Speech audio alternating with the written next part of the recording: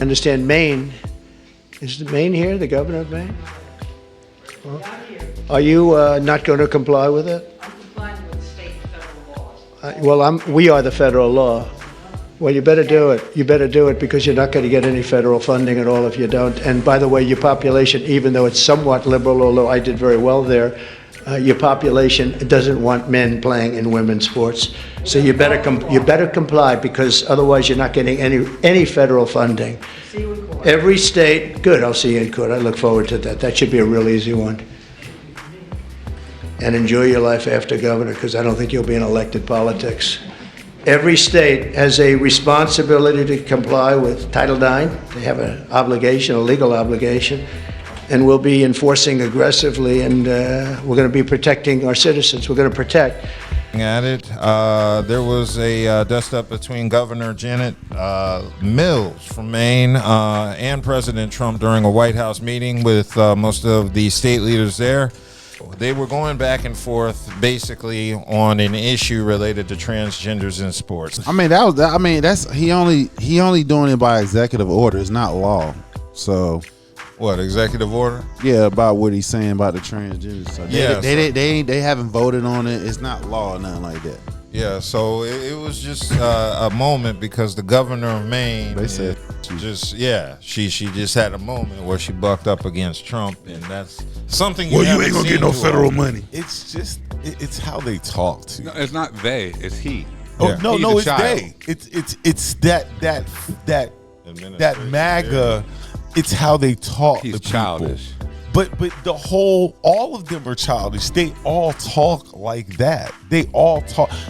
I got one of them on my page, and he talks crazy reckless. It's with bravado. It's how you come across. It's the bravado, and I was a little shocked to see it because I completely forgot there was a new governor in Maine because I remember the old racist-ass Maine governor who was blaming New York. These are guys that the name D-Money, Smoothie, Shifty, these type of guys that come from Connecticut, New York. They come up here, they sell their head, then they go back home. Yeah, like they got Smokey and Shifty and Smoothie Shifty. moving this way between New York and Maine. So I was a little shocked. I thought that guy was still there in Maine. He's not there no so more. I'm glad that the Maine governor has since moved on from blaming New York. But what do you think this is going to happen? Is there going to be any major fallout? She gonna, like I said, if he try to stop the federal funding that Maine asked for, because Maine is not a big state, and how they vote in Maine is like split ticket. Yeah, how Maine is purple, right? Exactly. It's like how North Carolina is. So the fact of the matter is, if he were to do that, she'll take him to court because everything that he's doing is by executive order. It's not law. Congress has not made a law. So she technically don't have to abide by it. You feel what I'm saying? So, yeah. We're just 2 months into this. We're just 2 months into this administration. Not even a full 2. Look, planes falling out the sky. We're just 2 months into this administration, and look, no, please, where's the Mike Pence? Where's Mike Pence? No, not Mike Pence. JD Vance? Where's JD Vance? You ain't gonna hear nothing from him. He's out here making those stories to look up. No. The way they were like, where's Kamala? Where's JD Vance? Like, where's he at? He's not gonna start that up. Yeah, that's what I want to hear. Where's JD Vance at? Well, everybody know that Trump picked isn't going to say. He picked.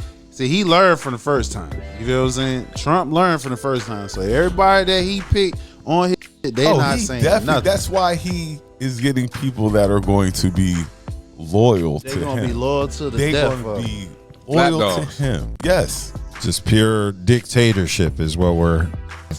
Well, that's what majority. And I'm not going to be surprised when these 4 years are up if he's not trying to somehow stay in office. They're gonna feel it. They're gonna feel it. I'm midterm. not going to be surprised at all if he tries to find a way to get some more time in office. Like maybe the next, whoever wins presidency the next time, just Trump is like, he's giving me his 4 year, like he wants me to have those. Well, like I said, Republicans at the they're not even talking about it as much. That's what the people are saying. Yeah, people are saying they want me to they take want his me to turn. have his 4 Right. years.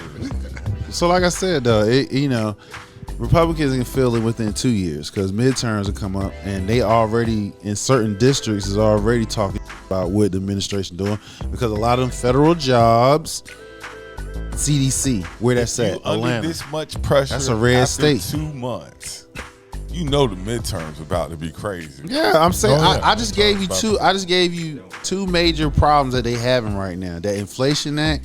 That's all them. That's all them states that's red. Them farmers voted for his ass, and now the fact that they gonna feel that they already talking about that.